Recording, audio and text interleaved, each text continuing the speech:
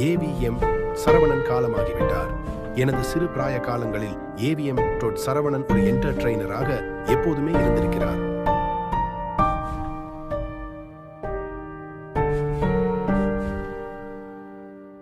அவர் படங்கள் தந்த குதூகலத்துக்கு நிகரில்லை.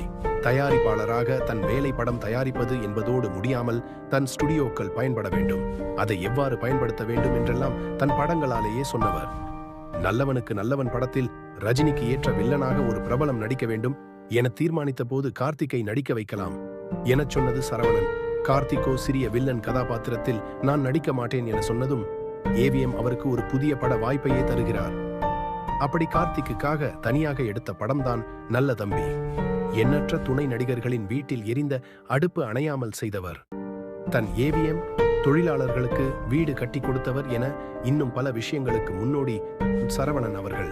பணிவின் திருவுருவம் சரவணனுக்கு அஞ்சலிகள்.